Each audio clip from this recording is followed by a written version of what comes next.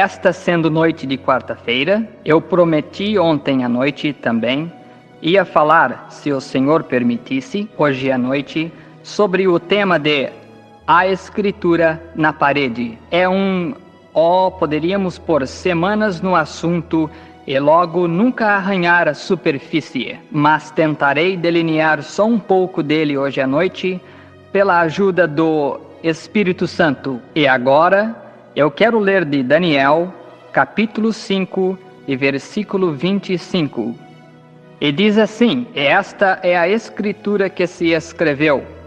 Mene, mene, tekel, ufarzim. E agora que o Senhor acrescente suas bênçãos à leitura. E será que o nosso bom irmão, o zelador aqui, faria o favor de apenas desligar estas luzes claras? Eu sou está brilhando bem nesta direção.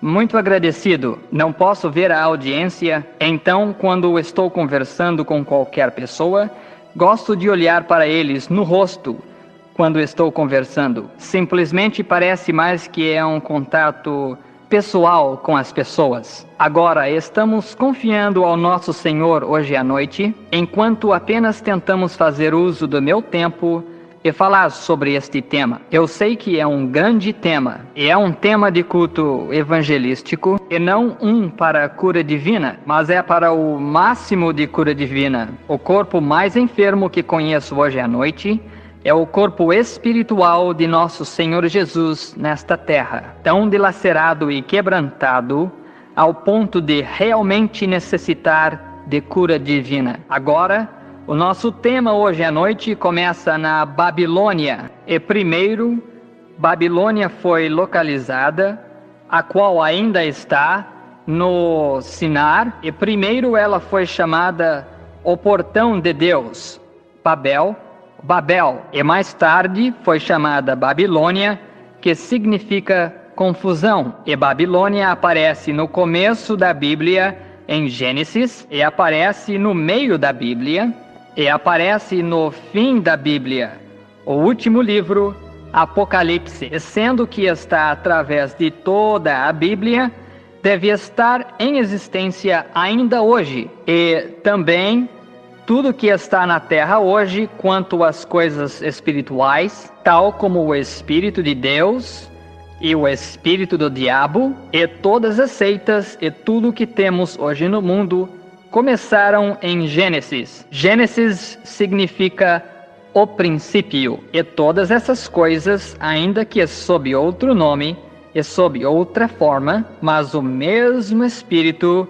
que começou em Gênesis traz a luz, e é exatamente como uma árvore crescendo a uma cabeça, onde toda ela virá a um clímax no final, para os grandes julgamentos de Deus, onde Ele decidirá todas as coisas, e tudo aquilo que teve um princípio terá um fim. Só aquelas coisas que não tiveram um princípio não tem fim. É por isso que o cristão nascido de novo nunca tem fim, porque ele tem a vida eterna, e a vida eterna é uma parte da própria vida de Deus, pois Deus é eterno. E a mesma palavra grega zoe, que diz vida de Deus, quando Jesus fala e disse, eu lhes dou vida eterna, essa mesma palavra é usada novamente. Portanto, um homem nascido de novo, o seu espírito foi transformado e ele se torna uma parte de Deus, de tal maneira que ele é um filho de Deus. E ele é simplesmente tão eterno quanto Deus é eterno, porque ele é uma parte de Deus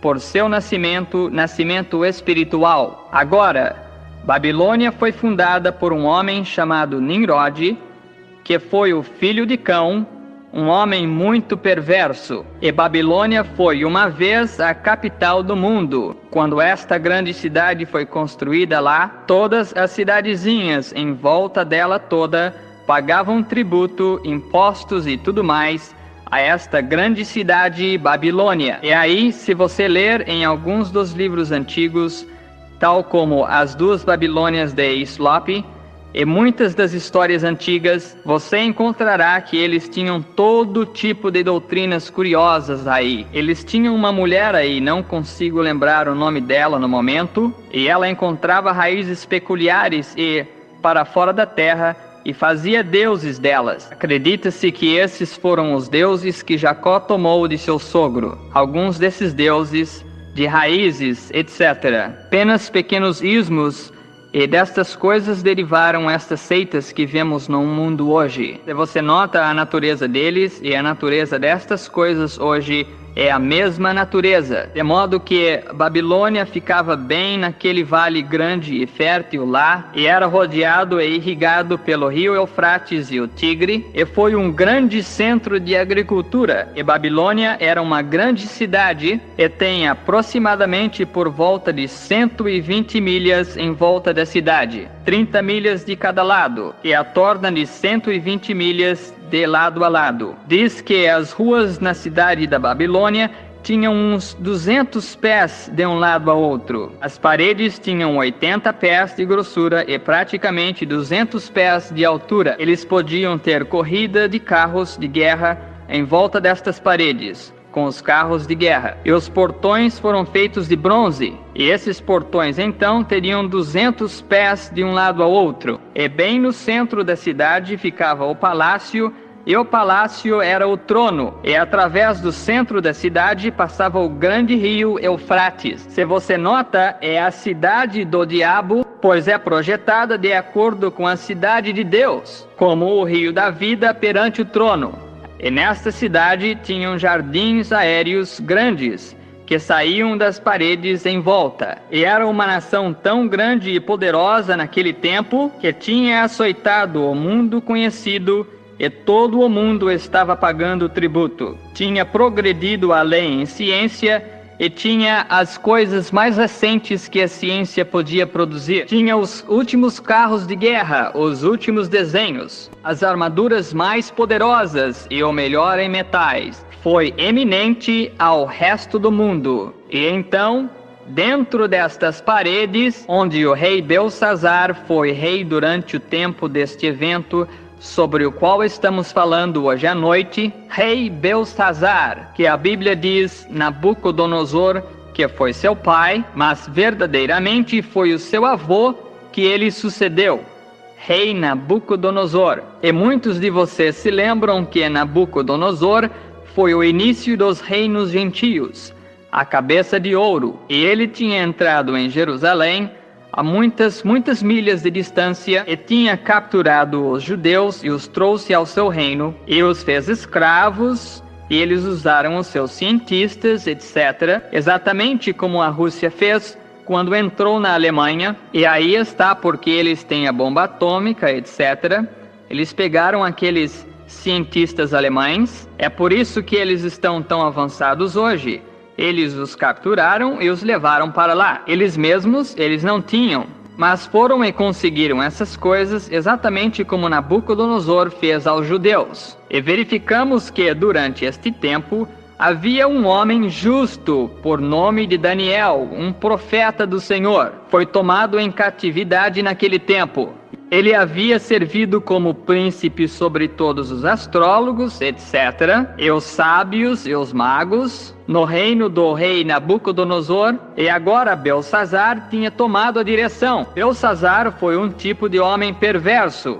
Ele simplesmente não se preocupava. E então todas as pessoas da Babilônia, com tal segurança que sentiam que tinham, uma vez dentro daqueles portões, e os portões fechavam com paredes de 200 pés, 80 pés de grossura. Apenas pense quão seguros eles devem ter sentido naquelas paredes. Mas apenas lembre-se disto, não importa quão seguro essa ciência lhe tem feito.